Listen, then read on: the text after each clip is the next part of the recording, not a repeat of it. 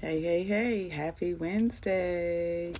This morning on the All Things Healing podcast and video, I'm going to be talking about something that came up for me yesterday as I was just processing some things and conversations.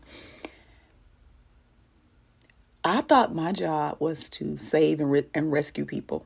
So in my relationships, I always chose people that I felt like I could fix or save. And I thought that me fixing, saving, and rescuing them would in turn rescue me. And it never worked. Okay? Your job is not to fix or save or rescue anybody. That's not your job. I had a pattern of trying to rescue people. I thought I was 911. Okay? The deeper problem, right? This is what I realized. The deeper problem was I didn't want to be alone. And I would accept any and everybody just so I was not alone. I stayed longer than I should have. I put up with more than what I should have. I settled for so long. The truth was I needed to be alone to do my work on becoming the person that God called me to be. And these relationships were not helping me do that. And nothing never worked. And I was just like, why? It was a pattern. It was a cycle. And nothing changes if nothing changes. It all starts with us. And I'm listening to a word that I haven't finished listening to yet. And it was entitled, Are you a couple or just coping? And I said, whoa, are you a couple or coping or just coping? And then you start talking about relationships. The quality of your relationships is directly connected to the quality of your calling. Listen to this now. The quality of your relationships is directly connected to the quality of your calling. Good relational hygiene, relational maturity.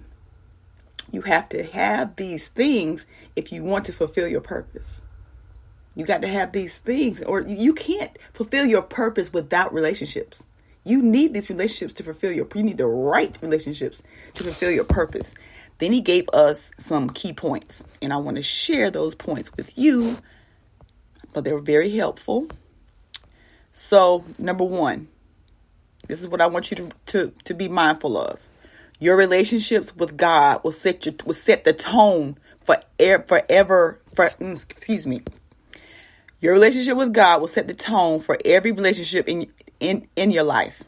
Okay? Your relationship with God will set the tone for every relationship in your life. That's number one. Number two, it's more costly to repair a relationship than it is to prepare for one.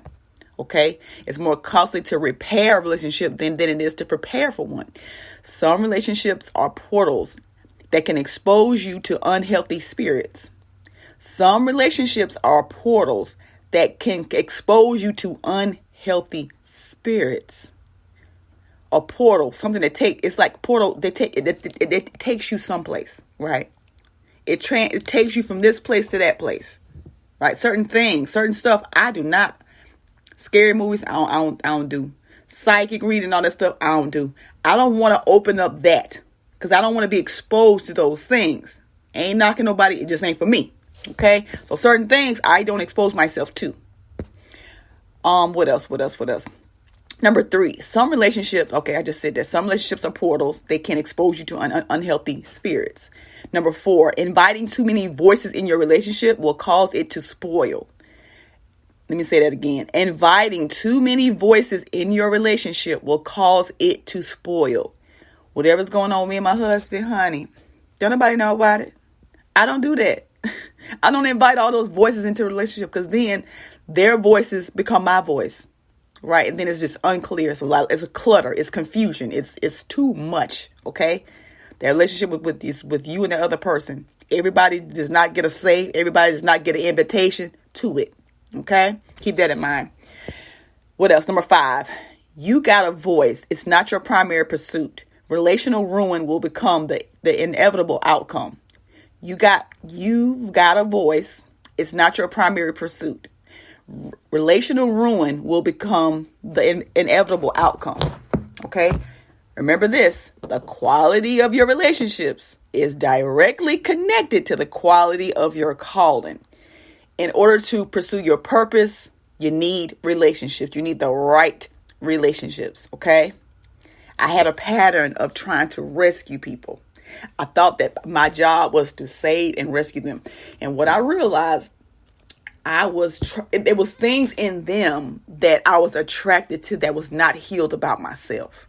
So I thought if I could fix them, that would fix me. That was my thought pattern. I thought if I could fix them and rescue them and save them, then that would in turn rescue me. And it never worked. It never worked. Okay.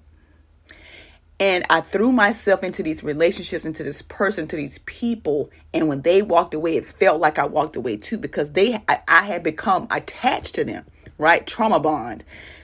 I had become attached to them, literally. Whatever they wanted to do, we did it. And it's like I didn't even have a mind of my own. I became whoever they needed me to be. I did whatever they needed me to do, because I did not want to be left. I did not want to be by myself. I did not want to be abandoned. Those were the beliefs. Those are the lies that I had created based off an experience of my father not being in my life. I kept on doing that for decades. I made that experience a state, and I lived from that unhealthy state for decades. Okay, so a lot of times in relationships, we don't realize that we're doing this. Okay, relational intelligence is so important. It's so important. Good relational hygiene. It all starts with us, because the quality of our relationships is directly connected to the quality of your calling. How can you pursue your purpose if you can't get relationships right? It all starts with us. It all starts with us. You have to have these things if you want to fulfill your purpose. You have to have these things in order to fulfill your purpose. I knew that everything was happening for me, so God could reveal me to him and me to myself, because I did not know who I was. I kept throwing myself in relationship after relationship after relationship after relationship. I could not be alone. I couldn't. I didn't know how to be. And so I would make terrible choices because I was picking from an unhealed, unhealthy, unwhole place. That's why it all starts with us. It all starts with us. We can talk about what they did and what happened, but at the end of the day, we pick these people to do life with, to have a baby with, to whatever your case is. You chose that person. You chose them. So that's why we got to work on this right here. We work on this, and this gets better. You know what? You're not the person for me. You know what? I'm not the person for you. And that's okay. That's okay. There are good people out here. This ain't good for you. And that's okay. So I wanted to share that because that was what came up for me yesterday in real time. And I was like, yeah. I thought about a time when I did this for decades. I know what it looks like. I know what it looks like to settle. I know what it looks like to be stuck. I know what it looks like to not know who you are and just continually chase after everything and everybody just so you don't be alone. I know what that looks like. There's a deeper problem. And the problem was, for me, I didn't want to be alone. I didn't know who I was, and I for sure didn't want to be alone with me. That was scary until it wasn't. Now I love my alone time. I love just thinking and processing and learning and growing and evolving and helping other people. Okay? That's all I got. All things healing. Hello. Have a good day.